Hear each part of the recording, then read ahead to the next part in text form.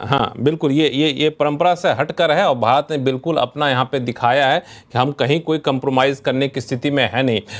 Ambassador Vora साहब, अभी तो ये डिफेंस मिनिस्टर्स की बैठक थी, अगले कुछ महीनों में राष्ट्राध्यक्षों की बैठक होनी है, तो क्या क्या माना जाए कि उसके लिए एक बैकग्राउंड अभी से तैयार हो गया है और भारत की रणनीति अब यहाँ से क्या होनी चाहिए? शुरुआत हमने की है एससीओ के साथ कि ये कंसेंसस की भाषा गई, चले जाओ जाके चिंग चोंग पिंग पोंग का जो भी वो खिलाता है चीन, वो जाके खाओ। हम लोग वही करेंगे जो सीधा हमारे हित में होता है। सर मैं तो रहा हूं, मैं तो एससीओ की मीटिंग्स अटेंड की हैं, रात रात को बैठ के हमारे मंत्री जी तो चले जाते थे सोने के लिए, हम जूनियर डिप्लोमेट्स बैठ के लिखते रहते थे कि क्या कंसेंसस डॉक्यूमेंट सबको स्वीकार हो एटसेट्रा। अब जो है नई पॉलिसी, फॉरगेट अबाउट इट, सीधा अपना पक्ष रखो, कोई अगर उसमें स्वीकार नहीं करता जाइए, हमें कोई मतलब नहीं है इससे। तो ये जो समिट होगा उसके लिए ये संदेश है कि जरा चालाकी करने की कोशिश मत करो कि बलूचिस्तान में बहुत हमला हो रहा है, पाकिस्तान रोता फिरता है कि देखिए जी सबसे ज्यादा मौतें आतंक के कारण मेरी हुई हैं, और टाइगर आतंक को पैदा तूने किया है, अब वो जब तेरा खून पीने आ रहा है तो क्यों शोर मचा रहा है, आग भी तू लगाए और फायर ब्रिगेड का डायरेक्टर भी तू हो, व्हाट काइंड ऑफ नॉनसेंस। और बलूच क्यों लड़ रहे हैं? This is what we said in our informal consultation, जो हमने बातचीत करते हैं ना दूसरी डेलीगेशन से, बलोच लड़ अपनी आजादी के लिए किसको मार रहे हैं? पाकिस्तानी सिक्योरिटी एजेंसीज को। आपके आतंकी किसको मारते हैं? इनोसेंट टूरिस्ट को, सिविलियंस को। तो क्या मुकाबला है दोनों के बीच में? क्या nonsense. You know the problem with China है, वो सोचा सारी बुद्धि भगवान ने मुझे दे दी है, भगवान बल्कि उसकी बुद्धि निकाल के ले गया, सिर खाली है उनके। हालांकि इससे भी बड़ा, इससे ज्यादा दुखद बात ये होती है कि जब चाइना के स्ट्रेटजी को सपोर्ट करने वाले लोग ये कहते हैं कि वहाँ पे तो जो बलूच ने किया है वो दरअसल पाकिस्तान को दो हिस्सों में बांटने की कोशिश के तहत किया जा रहा है, इसलिए आतंकी घटना भी है। भारत ने कोई सबूत नहीं दिया और सीधे पाकिस्तान पर हमला कर दिया, तो कैसे माने कि आतंकी घटना थी। और इस दलील के आधार पर चीन के कदम को कई लोग सपोर्ट करते हुए दिखे। आज दिन भर मैं कई लोगों का बयान सुन रहा था। स्वस्ति राव, इसको कैसे देख रहे हैं? ऐसे में भारत की रणनीति में कुछ और बदलाव लाने की जरूरत है? हाँ, देखिए यहाँ पे सिर्फ चाइना सेंट्रिक बात हो रही है। बात आप मतलब इजराइल को छोड़कर, और इजराइल ने मतलब कई बार इस बात को किया अंडरस्कोर कि वी स्टैंड विद इंडिया, लेकिन असल में किसी कंडेम किया सबने टेरर अटैक को, लेकिन पाकिस्तान से लिंक नहीं किया। अभी सुबह ही आपने देखा होगा कि एक बहुत वायरल हो रहा था एक क्लिप जिसमें शशि थरूर साहब जो हैं वो मॉस्को में एक बात कर रहे हैं रशियन पार्लियामेंटेरियन से, और वहाँ पे वो उनको सजेस्ट कर रहे हैं कि हम एक ऐसा टास्क फोर्स बनाएंगे, मतलब रशियन जो पार्लियामेंटेरियन है वो बोल रहे हैं कि हम एक टास्क फोर्स बनाएंगे जिसमें हम इंडिया और पाकिस्तान, ईरान, टर्की और रशिया इनको रखेंगे। और शशि थरूर को वहां पे क्लियर करना पड़ा कि आप कैसी बात कर रहे हैं कि पाकिस्तान के साथ हम कैसे हो सकते हैं। तो मेरा कहने का मतलब है कि देखिए चाइना के साथ तो हमारी जो कंपटीशन है या जो हमारे इश्यूज हैं उन वो बड़े स्ट्रक्चरल हैं।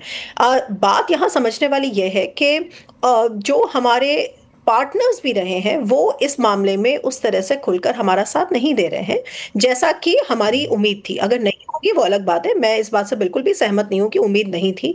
बिल्कुल फॉरेन पॉलिसी में आप ये चाहते हैं कि आपके पार्टनर्स जो हैं वो आपकी बात से इत्तेफाक भी रखें, उसको सपोर्ट भी करें, मॉरल सपोर्ट करें, टेक्निकल सपोर्ट ना करें। तो ये बात समझने की ये है कि इससे हमारा टेक अवे क्या है। देखिए टेक अवे ये है कि एससीओ की रेलेवेंस हमारे लिए क्यों है, क्योंकि एससीओ की रेलेवेंस है क्योंकि हम एससीओ के जरिए पाकिस्तान को बाईपास करके ईरान के जरिए सेंट्रल एशिया को एंगेज करते हैं।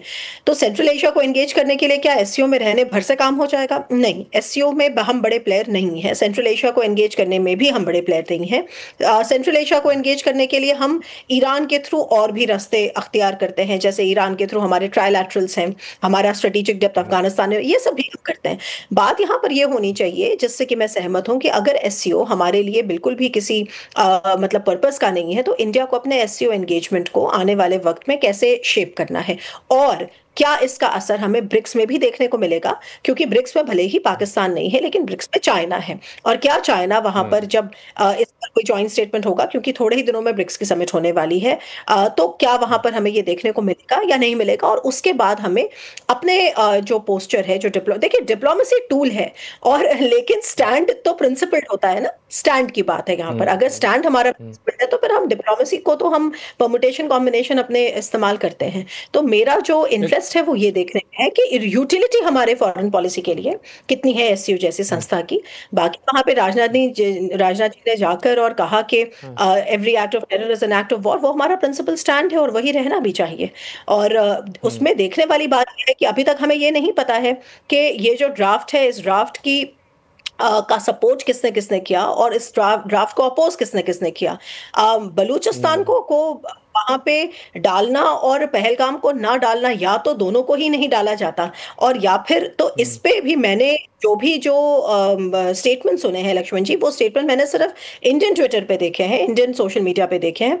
अभी तक मैंने इस पे कोई ऑफिशियल जो रिपोर्ट्स हैं कि रशिया में क्या मीडिया रिपोर्टिंग है या ईरान में क्या रिपोर्टिंग है, ग्लोबल टाइम्स क्या कह रहा है, अभी मैंने उसको नहीं देखा है। तो उससे भी हमें एक पता चलेगा कि किस डायरेक्शन में ये विंड जा रहा है और हमको बेसिकली क्या उम्मीद वहां पे लगा के होनी चाहिए। और एंड ऑफ द डे मैं बिल्कुल इस बात से सहमत हूँ, जो मेरा लास्ट पॉइंट है कि हमें थोड़ा सा ना इंटरनल हमें देखने की जरूरत है, क्योंकि बेसिकली अल्टीमेटली हमारी जो कैपेबिलिटीज है या कॉम्प्रिहेंसिव नेशनल पावर है, उसके जो सोर्सेस हैं अभी हमें उनको ठीक से हार्नेस करना है, वो हमारा मेन काम है। हमारा साथ कौन देता है कौन नहीं देता है, तो फॉरेन पॉलिसी का तो टेरेन बहुत ही ऐसा ही होता है ना, people are there are no permanent friends, the only permanent interest. तो अगर कन्वर्जेंस है तो we should not be that line too much. Yes. तो मुझे हमें इंटरनल चीज़ों को थोड़ा सा और ज़्यादा इफेक्टिव बनाना है। आरएसएन सिंह, क्या रास्ता है हम लोग के लिए? हम लोग बिल्कुल सही रास्ते पे हैं। ये फॉर्मुलेशन तो पहले ही कर दिया था प्रधानमंत्री मोदी ने, that every act of terror will be treated as an act of war, that is what is being echoed everywhere. तो कंसिस्टेंसी है ना अभी इसमें। ये तो नहीं है कि राजनाथ सिंह कुछ और बोल रहे हैं या कुछ हमारी जो फॉरेन पॉलिसी एस्टेब्लिशमेंट हमने शुरू से लाइन ले रखी उसी लाइन पे है। हाँ, और हमने कहा भैया कि ये न्यू नॉर्मल है। वो तो आसिफ मुनीर भी जाकर बोला है कि हिंदुस्तान ने एक न्यू नॉर्मल एस्टेब्लिश कर दिया। उसी न्यू नॉर्मल के मुताबिक हम काम कर रहे हैं। और दूसरी बात है कि साहब ये देखिए, it's really a matter of pride. ये बदली हुई जो भाषा है ना हमारी सर, इट इज ये आपके उसी का असर है। आपकी जो जियोपॉलिटिकल स्टैंडिंग है ना, वो रिफ्लेक्ट करती है। ठीक है ना। बहुत सारे लोग कहे नो, मैं जस्ट थोड़ा सा मैं हटके, यहाँ बहुत बकवास चल रहा था कि मोदी साहब ने इंडिया पाकिस्तान का हाइफनेशन कर दिया, जो डी हाइफनेशन हुआ था उसका हाइफनेशन। अरे सर क्या बात कर रहे हैं। तो देखो वो पूरी, आपने कभी सुना है कि किसी देश का राष्ट्रपति किसी को बुला के over the shoulders of the government, उससे बुला के क्लोज वो डोर लंच कर रहा है? उसने तो पाकिस्तान को खत्म कर दिया सर ट्रंप ने। तो इसको आप हाइफनेशन बोलते हैं या डी हाइफनेशन बोलते हो? इससे क्या बहुत अच्छा पॉइंट आपने उठाया कि